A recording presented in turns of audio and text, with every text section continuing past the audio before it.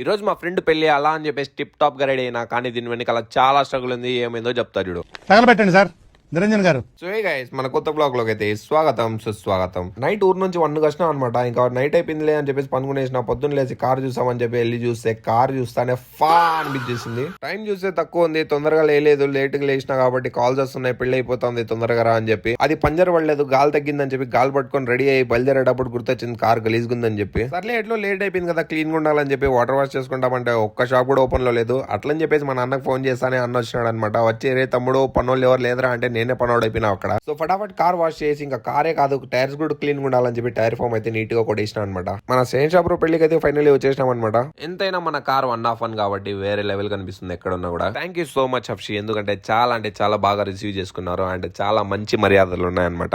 Thanks lot. ఇక్కడైతే నిక్కా వలీమా ఒకే రోజు చేస్తున్నారు కాబట్టి నేనైతే వెయిట్ చేసుకున్నా. School mother Teresa mother Teresa कहाँ हुआ है सर? पलमनेर में पलमनेर वाले पुंगनूर वाले अच्छा हीरो सगा है ना ఏంటి మమ్మీ ఎవరు गर्लफ्रेंड नहीं थी ఏ శర్మాత దేక్. సో ఫైనల్లీ పెళ్లి అయిపోయింది, టికెట్ ఎగిరిపోయింది, నో షో కూడా అర్థం అయిపోయింది. బతుకు బస్ స్టాండ్. వీడు నన్ను పిలియకుండా పోయి తినేసి వచ్చేసినాడు. ఎందుకు పిలవలేదు చెప్పు? నవ్వుతున్నావా? చూసినావా నువ్వు తినేటప్పుడు? ఎందుకు పిలియలేదు చెప్పరా? నేను ఇలా బుక్ అయిపోతాను కల్లో కూడా అనుకోలేదు. ఇంకా పెళ్లి కొడుకుతో కలిసేసి అట్లే హఫ్షితో కూడా కలిసేసి ఇంకా వాళ్ళ బ్రదర్స్ కూడా ఉన్నారనమాట. వాళ్ళకి కూడా చాలా థ్యాంక్స్. అలా అని చెప్పేసి బయలుదేరేసిన అనమాట.